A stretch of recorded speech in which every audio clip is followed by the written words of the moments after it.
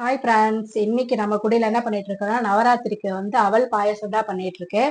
நான் ஒரு கப்பு சிவப்ப அவலை நெய்யில நல்லா வறுத்து எடுத்துட்டு 1.25 கப்பு பால்ல வேக வச்சு அது கூடயே ஒரு கப்பு அளவு சர்க்கரையை போட்டிருக்கேன்.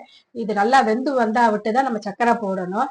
இது கூடயே பாத்தீங்கன்னா நான் நெய்யில வறுத்து எடுத்து வச்சிருக்கிற உலர் திராட்சை, அதுக்கப்புறம் ஏலக்காய் தூள், அதுக்கப்புறம் பார்த்தீங்கன்னா 2 பாதாம துருவி எடுத்து வச்சிருக்கேன். அதையும் இதுல சேர்த்துப்போம். சேர்த்துட்டு நல்லா கலந்து விட்டுக்கலாம். இது ரொம்பவே நல்லா இருக்கும். நீங்க ஜீனிக்கு பதிலா நாட்டு சர்க்கரை கூட சேர்த்துக்கலாம். பால்லயே நல்லா வெந்து வரும்போது கெட்டித்தன்மையோட வரும்.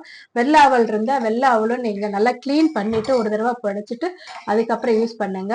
இப்ப அவல் பாயாசம் ரெடி ஆச்சு. இனிமே நெய்வேத்தியம் பண்ண வேண்டியதா. உங்களுக்கு இந்த வீடியோ பிடிச்சிருந்தா மறக்காம லைக் பண்ணுங்க, ஷேர் பண்ணுங்க, சப்ஸ்கிரைப் பண்ணுங்க. நம்ம இன்ஸ்டா பேஜ் அண்ட் ஃபேஸ்புக் பேஜை ஃபாலோ பண்ணுங்க.